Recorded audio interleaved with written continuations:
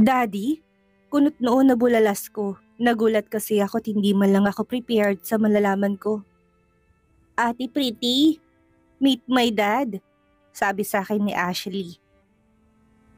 Ngumiti ako sa kanya pero hindi sa ninong ko. Inis pa rin ako sa kanya. I miss you, sweetie. Malambing na sabi ni Ninong sa bata. I miss you too, Daddy.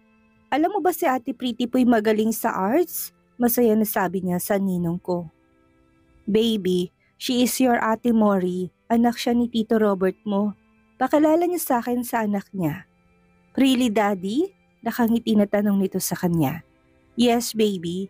Inaanak ko siya at sa bahay na natin siya nakatira. Nakangiti na sabi ng ninong ko. Daddy, doon na lang po ako sa house natin titira, please. Dahil sa narinig ko'y napaisip ako.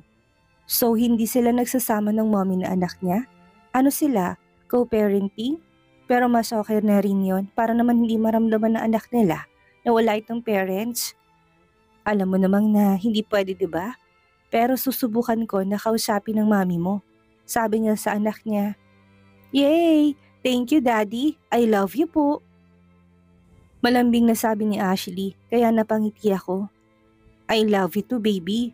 Sabi nito. Karga niya ito at naglakad na siya na para bang wala ako sa paligid. Nainis ako sa kanya kaya naman mauna pa ako naglakad at pumara ako ng taxi papunta sa pinakamalapit na mall. Saka na lang kami mag-uusap ni Ashley kapag nawala ng inis ko sa daddy niya.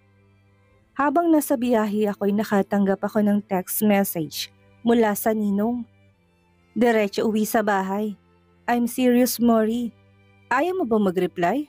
Binasa ko lang pero hindi ako nag-reply sa kanya. Kaysa umuwi sa bahay niya ay bahay namin ako uuwi. Kahit na malungkot ang buong paligid ay okay lang. Mas okay na kaysa sa bahay ng ninong ko. Mag-isa ko dito pero ramdam ko na may kalayaan ako. Nagtago ako dahil balak kong pumunta sa kaibigan ko mamayang gabi. Napaagang uwi niya kanina kaya naman mamaya na raw ang pagkikita namin dalawa. Alam ko na magagalit sa akin ng ninong ko. Pero bahala na siya. Sulitin ko na lang para isang sermon na lang ang matanggap ko mula sa kanya. Mabuti na lang at wala ditong caretaker namin. Natutuwa lang ako dahil sa kakahanap ko sa susi ay nakita ko to kaya naman nakapasok ako dito sa bahay namin. Panay din ang silip ko sa labas ng bintana ako dahil baka mamaya nahanap na pala ako ng ninong ko. Pasalamat talaga ang ninong ko dahil gwapo siya pero nagulat lang ako dahil single dad pala siya. Ang buong akala ko talaga single pa rin siya ngayon. Pero separated na pala siya at may maganda siyang anak. For me hindi naman siya nakaka-turn off. Nakakagulat lang siya dahil hindi ko inaasahan na magiging broken rin pala ang mga ganun kagwapo.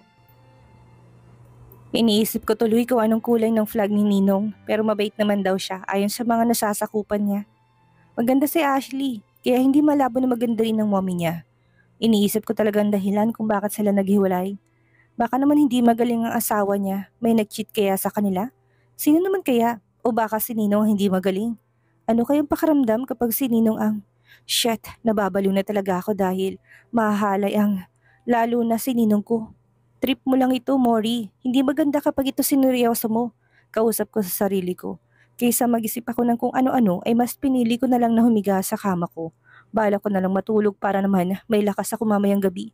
Hindi ako nagbukas ng phone ko dahil baka bigla pa akong mahanap ng ninong ko. Basta nag-iwan na ako ng message sa kaibigan ko. Ang bilis ko nakatulog kaya naman sakto lang ang gising ko. Alas 5 ng hapon ay gising na ako. Naligo na ako at naghanap ng isusuot ko. Napangiti ako dahil nandito pang red backless dress ko. Napangiti na lang ako habang nakatingin sa sarili ko sa salamin. Litaw na litaw kasi ang kurba ng katawan ko. 20 pa lang ako pero masasabi ko ng sexy ako. Marami akong manliligaw at iba't ibang nationality pa. Gwapo sila pero ayaw ko naman pumasok sa serious relationship lalo na gusto ko pang tapusin ang pag-aaral ko. Nag-stop ako dahil nakaramdam ako ng pagod at hinayaan naman ako ni Daddy dahil medyo mahirap rin kasing makipagsabayan sa ibang bansa. Hindi ko nga alam kung mag-transfer na lang ako ba dito sa o babalik na lang ako sa US. Depende pa rin sa desisyon ng ninong ko. Naglagay ako ng makeup at ginawa ko lang messy boy ng buhok. Kaya naman, litaw na litaw ang makinis kong leeg. And for the finale, ay isang pamalakas ang red lipstick ang nilagay ko sa labi ko. Mwah! Nakangiti na bulalas ko habang nakatingin sa salamin. Lumabas na ako sa bahay at nagabang ako ng taxi. Pagdating ko sa bar, kaagad akong pumasok dahil nagsisimula na pala sila. At narito na kaibigan ko kasamang mga kaibigan din niya. Mori! Tawag sa akin na kaibigan ko at hinalikan niya ako sa noo.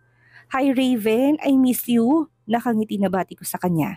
I miss you too. Nakangiti na sabi niya at niyakap ako. Let's go. At inilan na niya ako papunta sa mga kaibigan niya. Oo, lalaking kaibigan ko, pero hindi pa ako sure kung lalaki ba talaga siya dahil minsan attracted rin siya sa mga guys. Pero babaero rin siya kaya hindi ko rin talaga malaman kung ano ba ang flag na meron siya. Wow, sigaw namin habang nagkakasiyahan na. Hindi naman ako mabilis malasing at malaki rin ang tiwala ko sa kaibigan ko. Alagang-alaga niya ako noong nasa US pa ako lalo na kapag nalalasing ako. Kaya alam ko na sa mabuting kamay ako. Lumalim ng gabi at nakakarami na kami. May mga nakikita na ako nagmi-make out sa mga gilid-gilid. Niyaya ako ni Raven na sumayaw kaya naman sumama ako sa kanya sa gitna. Nagsimula na akong sumabay sa tugtugin, nakapikit ako at patuloy na sumasayaw. Hinahayaan ko ng kaibigan ko na lumandi dahil hindi siya mabubuhay kapag hindi siya humarot. Hanggang sa may naramdaman akong humawak sa bewang ko mula sa likuran ko. Ang tigas talaga ng ulo mo. Bulong niya sa akin kaya naman kilala ko na siya kaagad. Lumingon ako sa kanya at nakatingin lang siya ng seryoso sa akin. Kahit na hindi gaano maliwanag, ikitang-kita kong gwapo niya mukha. Alam ko rin nagalit siya dahil nakakunot ang noon niya. Ninong, you're here. Nakangiti na sabi ko sa kanya. Uuwi na tayo, sabi niya sa akin. Mas lumapit ako sa kanya at tumingkayad ako para bumulong sa kanya. Ayaw ko, gusto ko pang magsaya. Kung gusto mo, sabayan mo na lang ako. Promise, secret lang natin to. Bulong ko sa kanya, tinalikan ko ang leeg niya. Shit, narinig ko siyang nagmura. Shit me if you want, Ninong, natatawa na sabi ko sa kanya. Uuwi na tayo sa ayaw at sa gusto mo, sabi niya sa akin at tinilan na ako. Ayaw ko nga, bitawan mo nga ako. Sigaw ko sa kanya pero alam ko na hindi ako naririnig.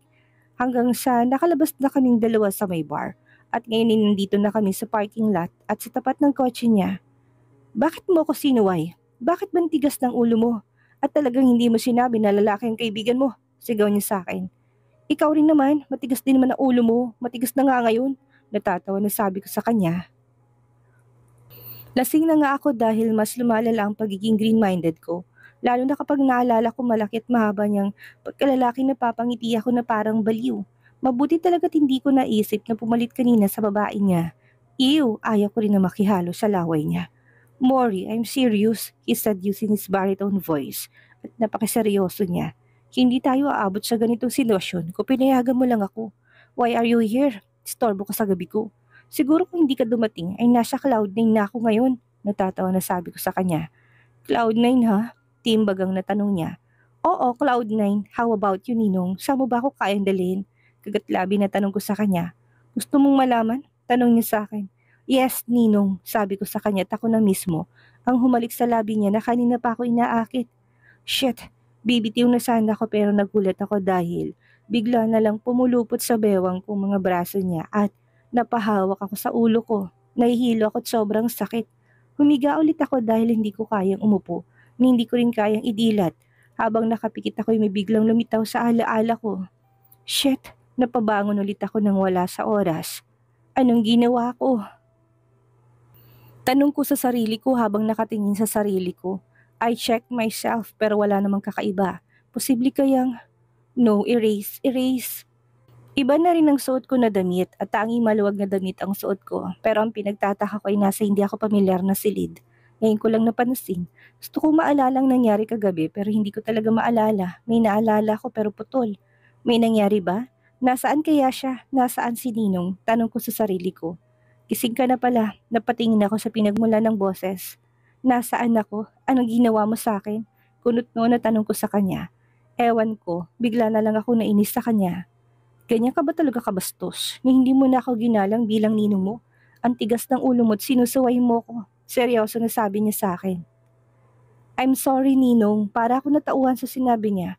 Huwag mo isipin na papatulan kita. Hindi ko yun gagawin. I don't like you. Ninong mo ko. Ginagawa ko lang ang tungkulin ko bilang ninong mo. Kaya sana maliwanag na sa'yo ang lahat. Huwag mo na akong akitin ulit. Bigyan mo naman ng respetong sarili mo. Fix yourself dahil iuwi na kita sa bahay. Sabi niya sa akin at mabilis siyang lumabas.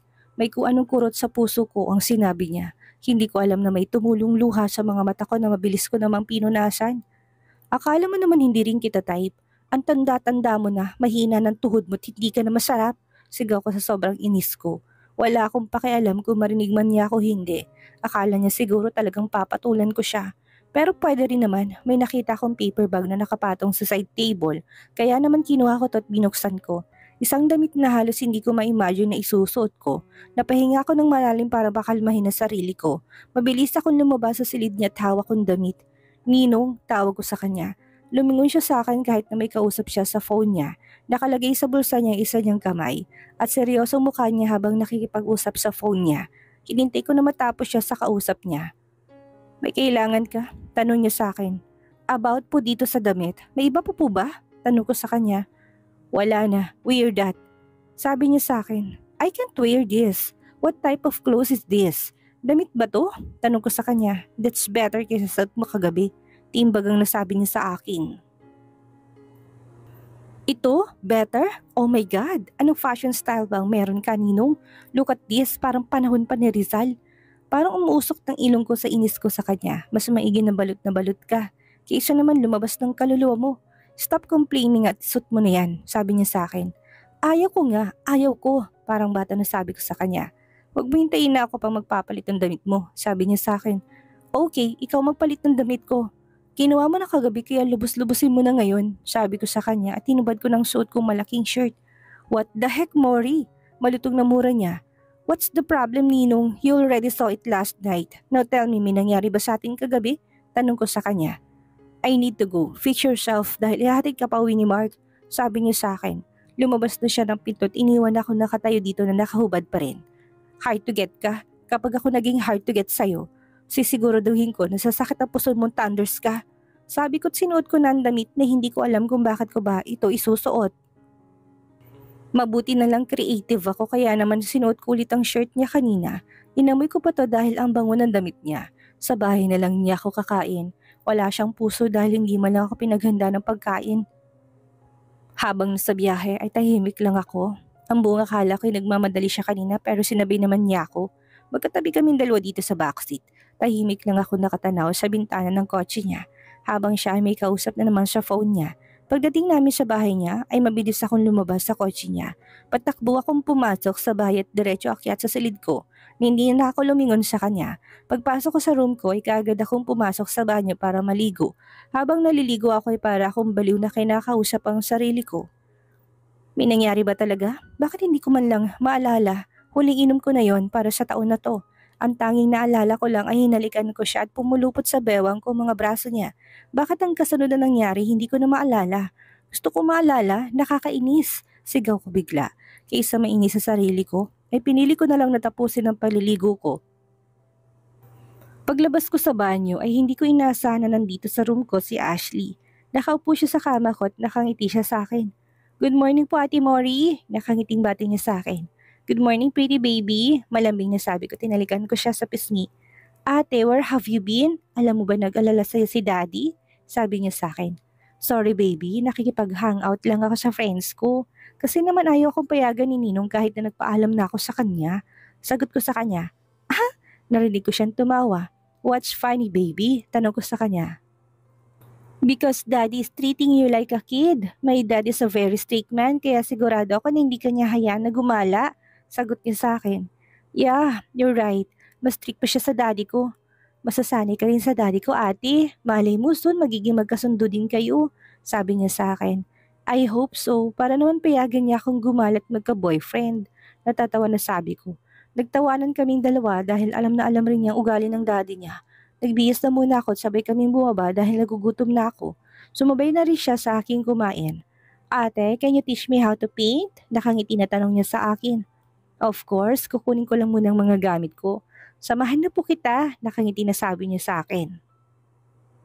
Habang naglalakad kami ay hawak niya ang kamay ko. Napangiti ako dahil mabait siyang bata. Sana magkaroon siya ng kapatid para naman hindi siya malungkot. At para naman may karamay siya. Ang lungkot kasi mag-isa. Baby, may kapatid ka ba? Tanong ko sa kanya. Wala po ate, gusto ko na nga po magkaroon ng little sister or brother. Kaya lang hindi pa rin nagkakabalikan ng parents ko.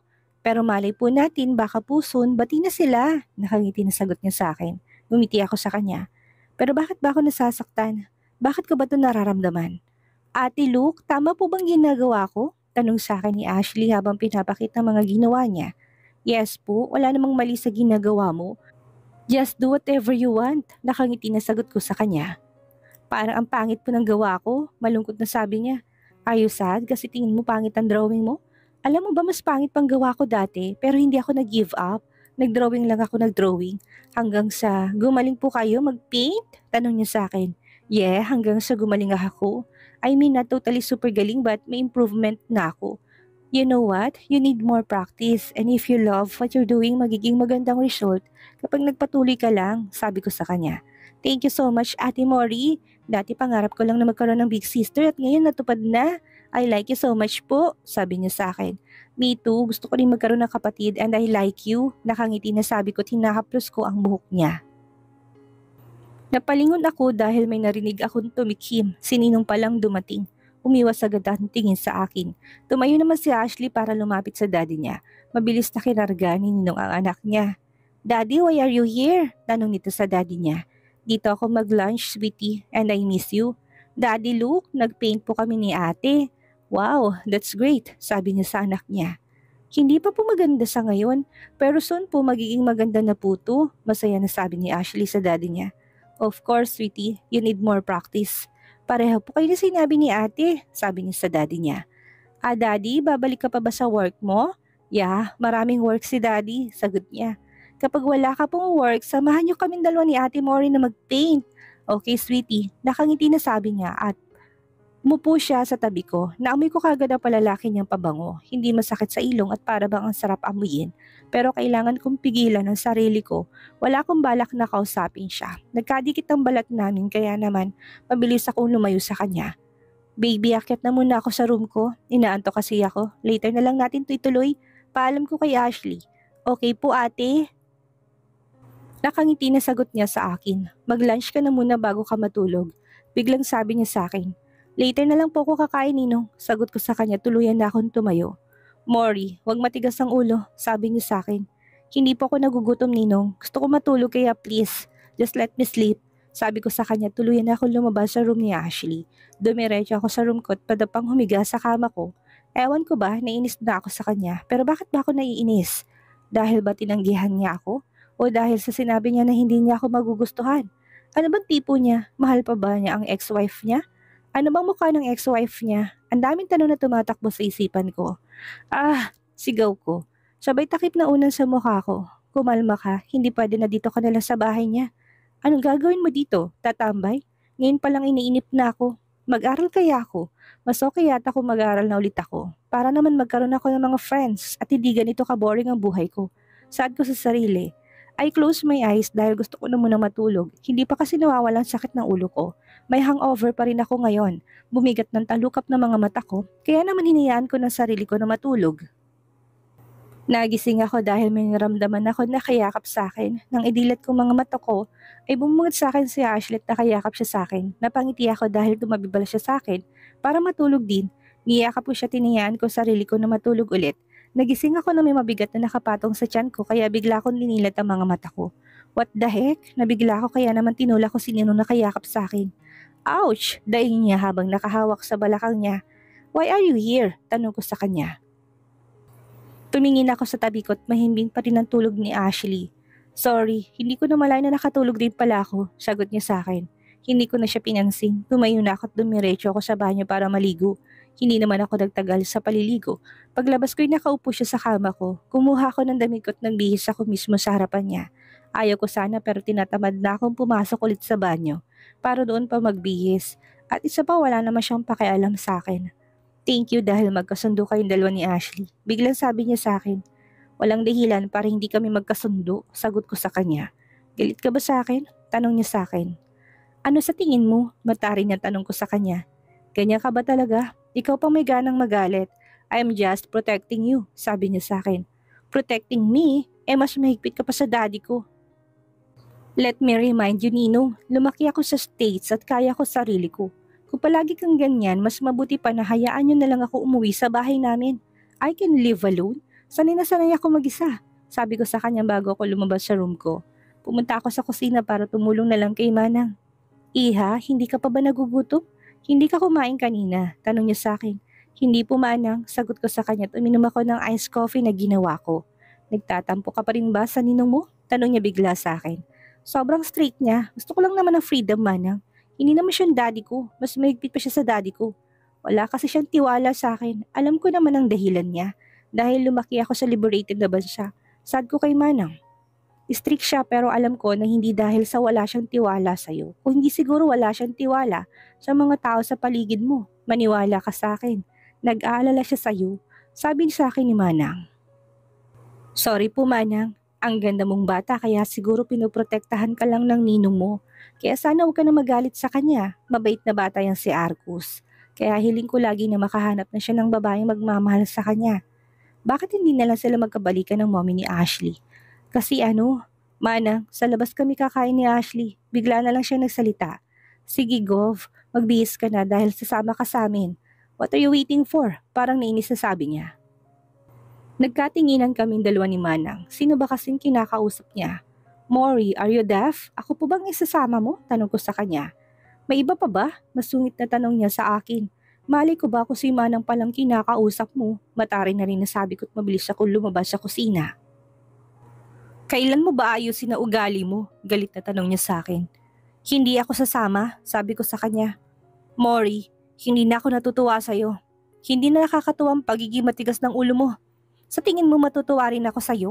Matari na sabi ko sa kanya. Alam ko na bastos na ako pero hindi na rin ako natutuwa sa kanya. Inuubos mo talaga pasensya ko. Nagulat na lang ako dahil hinilan niya ako.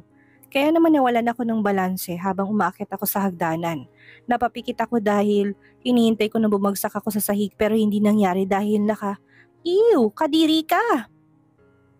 Tili ko sabay alis sa ibabaw niya dahil naglapat ang mga labi naming dalawa. Alam ko na nagulat siya sa tinuran ko dahil nakakunot ang noon niya ngayon habang nakatingin sa akin. Pinunasan ko labi ko gamit ang palad ko. Oo, gusto ko mag-inarte kahit nantotoid na gustuhan ko. Gusto ko kasing ipakita sa kanya na wala na siyang epekto sa akin. Paano naman hindi siya maging feeling?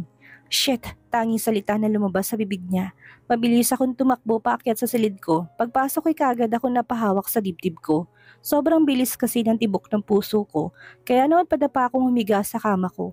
Kakaiba na talaga to. Hindi na ito normal. Hoy, tumigil ka na. Aksidenteng halik lang yun. Sa katama lang na hindi ka na dumikit sa ninong mo, wala nang dahilan para akitin mo siya. Matanda na yun, hindi kayo bagay. Matanda ba? Ang bastos talaga niya. Tapos sasabihin niya na hindi niya ako magugustuhan. Ang kapal niya. Ang kapal ng gwapo niya mukha. Ate, ayaw mo ba talagang sumama sa amin? Malungkot na tanong ni Ashley sa akin. Hindi ko malang naramdaman ang pagpasok niya sa silid ko. Baby kasi, ayaw mo ba kaming kasama? Malungkot na tanong sa akin ni Ashley. Okay, sasama ako. Nakangiti na sabi ko sa kanya. Dahil ayaw ko na malungkot siya. Sasama ka na po? Nakangiti na siya ngayon. Opo, sasama na po ako. Tumayo ako para magpalit ng damit ko. Habang nagpapalit ako ng damit ay nakatingin ako kay Ashley na nakatingin sa akin. Baby, hindi ba bagay sa akin? Pangit ba? No ate, bagay na bagay po sa'yo. Kapag lumaki na po ako, gusto ko pa maging kasing sexy niyo po ako. Sagot niya sa akin. Are you sure na bagay sa akin? Bagay na bagay po. Nakangiti na sabi niya sa akin. Thank you baby. Malambing na sabi ko, tinalikan ko siya sa pisngi. Backless ang dress na suot ko kaya naman lantad ang makinis kong likod. Ginawa ko messy ba ng buhok ko. Nagsuot din ako ng stiletto at light makeup. Nang makontento na ako sa mukha ko, niyaya ko na si Ashley na bumaba. Habang pababa kami hawak kong kamay niya, nakita ko na nakaupo sa may couch. Si Ninong, tumayo na makita niya kami pero nakakunot na kaagad ang noo niya. What are you wearing? Tanong niya sa akin. Damit, sagot ko. Alam ko, pero bakit ganyan ang damit mo? May mali ba sa damit ko? Hindi ba bagay sa akin? Hindi ba ako sexy? Tanong ko sa kanya. Masyado kang sexy sa suot mo, hindi tayo pupunta sa bar. Umilit ang pisngi ko sa naging sagot niya. Ibig sabihin, sexy ako sa paningin niya. Daddy, alis na po tayo, sabi ni Ashley. Okay, sweetie, napabuntong hininga pa ito habang sinasagot ang anak niya. Ako naman ay nakasunod lang sa kanila. Sa backseat kami umupo ni Ashley at si Ninong naman ang nag-drive ng kotse niya. Habang nasa biyahe nag-uusap silang dalawa ni Ashley, masasabi ko na malambing siya sa anak niya. Sa mami kaya ng anak niya, sweet rin kaya siya? Tanong ko ring bigla sa sarili ko. Nagtamang mga mata namin pero akong unang umiwas sa tingin. Pumikit na lang ako at nagkunwari na akong tulog. Dumilit lang ako nang huminto ng kotse at ginising din ako ni Ashley. Sa isang sosyal na restaurant pala kami kakain. Pagpasok namin sa loob ay huling-huli ko na nakatingin sa akin ng mga ibang lalaki. Kung ako ngumiti sa kanila, itong ninong ko parang naghahamon ng suntukan. Problema niya. Order whatever you want. Sabi niya sa akin, okay ninong, malakas sa sagot ko sa kanya. Gusto ko na marinig nila na ninong ko siya. Mahirap na baka maging laman pa ako ng balita kapag nagkataon. Nang makapili na ako ng gusto ko, sinabi ko na ito sa waiter. Tulala pa si kuya habang kinukuha ang order ko. Kung hindi pa niya narinig ang seryosong boses ni ninong, hindi pa siya manghihimas-masan. Ate, marami po nakatingin sa'yo. Sa tingin ko, crush ka nila. Sabi sa akin ni Ashley. Hayaan mo sila. Libre lang naman ng tumingin, baby. Do you have a boyfriend, ate? Meron na po. Nakangiti na sagot ko sa kanya. Akala ko ba wala kang boyfriend? Biglang tanong ni Ninong at nakakunot ang noo niya. Meron na po. Sinagot ko na kanina. Over the phone? Hindi man lang siya pumunta sa bahay para ligawan ka? Ninong, matagal ko na po siyang manliligaw. Hindi pa ako nakatira sa inyo, manliligaw ko na siya. I like him. Kaya sinagot ko na. And there's nothing wrong kung sa phone ko siya sasagutin. Sagot ko sa kanya. Papuntahin mo siya sa bahay dahil gusto ko siyang makilala, sabi niya sa akin. Hindi siya pupunta. And why? Tanong niya sa akin. Dahil nasa US siya. Bala ko ring bumalik sa US, ninong. Aasikasuhin ko mga papers para makatransfer na ako dito sa Pilipinas. Babalik ka na sa pag-aaral? Opo, pero malay mo, mag-asawa na lang ako. Don't you dare, sabi niya sa akin habang madilim ang mukha niya. Legal age na ako, pwede na ako mag-asawa. Gusto ko ang ganito niyang mukha, halatang naiinis siya, bahala siya sa buhay niya. Bagay na bagay talaga siya na maging tatay ko dahil sobrang strict niya. Iha, ikaw bang nobya ni Gov? Tanong sa akin isang matanda. Hindi po, inaanak niya po ako. Sininong na po nag-aalaga sa akin kaya parang daddy ko na po siya. Ay sorry Iha, akala ko talaga nobya ka ni Gov. Pasensya na, ang ganda mo kasi kaya akala ko.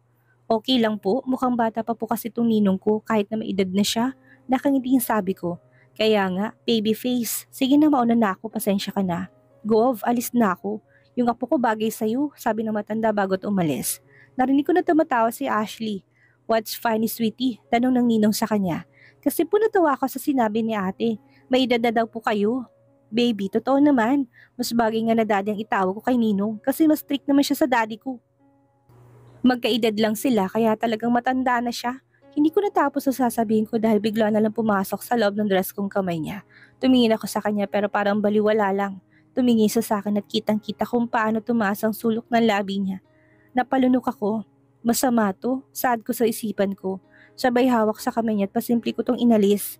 Magkatabi kasi kami at medyo dimang ilaw sa pwesto namin kaya hindi halata na may ginagawa siya sa akin.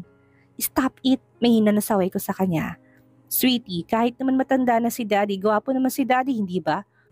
At gusto mo na magkaroon pa ng kapatid, hindi ba? Tanong niya sa anak niya. Yes, daddy. Ikaw ang pinaka-handsome na daddy sa buong mundo. And of course, I want a baby sister. Pwede rin ng baby brother. Don't worry, sweetie. Magkakaroon ka rin ng kapatid. Kahit na matandaan na ako, kaya ko pa naman ng mga 10 rounds. Nakangising sabi niya, Daddy, ano po yung 10 rounds? 10 anak, sweetie. Natatawa na sagot niya kay Ashley. Masaya po siguro yun. Kapag maraming kapatid ko, ay masaya po sigurong bahay natin. Of course, sweetie, masaya talagang 10 rounds. Buwisit na thunders to, kung ano-anong sinasabi. Lalo na kung ano-anong ginagawa sa ilalim ng mesa. Sarap niyang kurutin sa itlog. Daddy, punta na po muna ako sa restroom, paalam ni Ashley. Okay, sweetie. Nang makalis na anak niya, ay kinurot kong kamay niya. Ouch, nananakit ka na. Tumigil ka, bastos, sabi ko sa kanya. Bastos, pero nagustuhan mo. FYI, wag masyadong feelings. Assuming, inisasabi ko sabay layo sa kanya. Wag mo sagarin ang pasensya ko at wag mo kong sasabihan na matanda na ako. Dahil kaya ko tong ibaon sa'yo buong gabi. Nakangising sabi niya sa akin. Hindi kita type, pahirap na sabi ko sa kanya dahil gusto ko lang siyang asarin. Wala akong narinig na kahit na anong salita sa kanya. Nang tumingin ako sa kanya, nakita ko na galit na yata siya. Umanda ka sa akin mamaya. May sinasabi ka ba, Ninong? Tanong ko sa kanya. Wala, suplado na sagot niya sa akin. Asik ko sa kanya. Ano kayang gagawin ni Arcus ngayong tila tinamaan siya sa mga pasaring ni Mori? Magawa kayang labanan ni Mori ang damdamin kapag si Ninong na ang umaksyon? Yan ang ating aalamin sa susunod nating kabanata.